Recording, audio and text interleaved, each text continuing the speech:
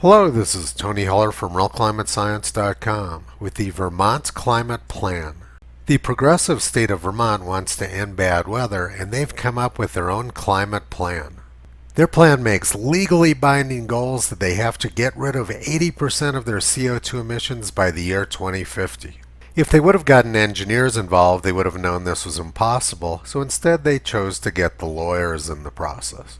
By making impossible legally binding goals, the lawyers know they're generating lots of business for themselves in the future. Vermont generates about 10 million tons of carbon dioxide every year, and people around the world generate about 35 billion tons every year.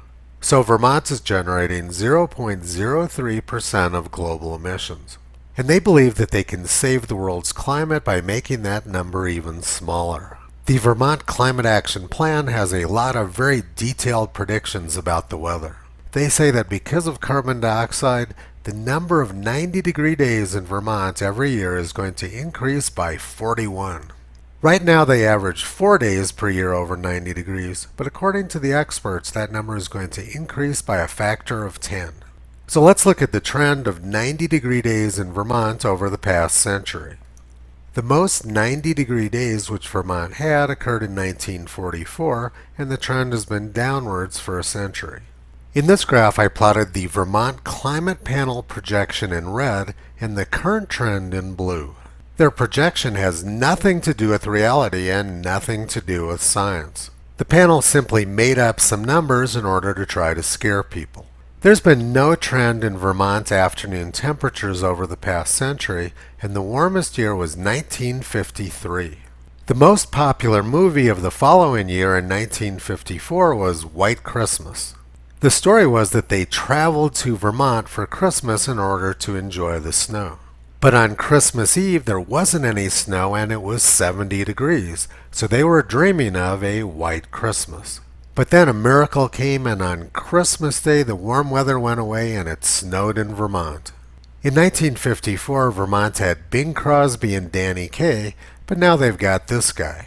Hopefully the guy on the left is not offended by me using his picture next to the clown on the right.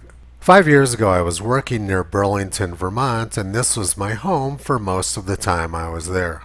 People from Boston and New York spend a lot of money to go camping in Vermont, but I got paid to be there. Burlington is probably the most beautiful place I've ever lived. This is looking across Lake Champlain into New York. Most nights I would go into bars on Church Street, which looks just like Pearl Street in Boulder, Colorado. I would normally sit at the bar with my laptop and write blog posts and tweet. And it was pretty common for women to come up and sit down next to me and try to start a conversation by talking about climate. Talking about climate seemed to be the standard startup line for conversation in that part of the world.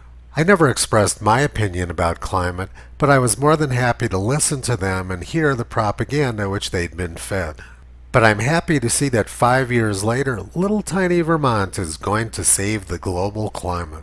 Those were fine times in Vermont right before Brexit and right before the 2016 election, back when we actually believed that our votes counted for something. Toto has been barking about this clown show for the past 14 years. You can visit him, Kyrie, and Caesar on the web at realclimatescience.com.